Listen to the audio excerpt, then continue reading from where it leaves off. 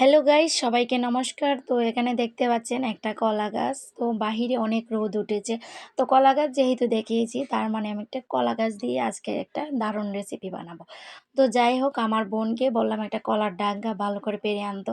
তো তারপর এটাকে ভালো করে কেটে আমি নেব। এই যে এদিকে কিচি কিচি করে কেটে ভালো করে ধুয়ে পরিষ্কার করে নিয়েছি। এদিকে পরিমাণ মতো লবণ, চিনি, মরিচ গুঁড়ো এবং কাঁচা লঙ্কা নিয়েছি। ২ রকমের তেঁতুল নিয়েছি এবং ধনেপাতা। না হলে তো ভর্তার টেস্টই বাড়বে না। আমি এখানে সবকিছু পরিমাণ মতো নিয়ে নিয়েছি। অল্প করেই কেটেছি, ভেবেছি যে টেস্ট হবে না। তো ভর্তা বানানোর পর মনে হয়েছে যে আরেকটু ভর্তা হলে মনে হয় আরেকটু ভালো লাগতো। এত ভালো লাগার মতো একটি ভর্তা। তো যাই হোক, আমি সব কিছু নিয়ে ভালো করে মেখে নিচ্ছি।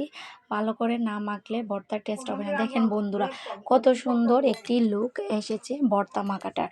তো খেতেও তেমন অনেক দারুণ হয়েছে। তো আমার বোনই প্রথম টেস্ট করলো। ওর তো জাস্ট ফিদা ভর্তা খেয়ে। তো আপনারাও বাড়িতে ট্রাই করবেন যে কলার ডাঁটা দিয়েও ভর্তা খাওয়া যায়। ওকে, ভালো থাকবেন।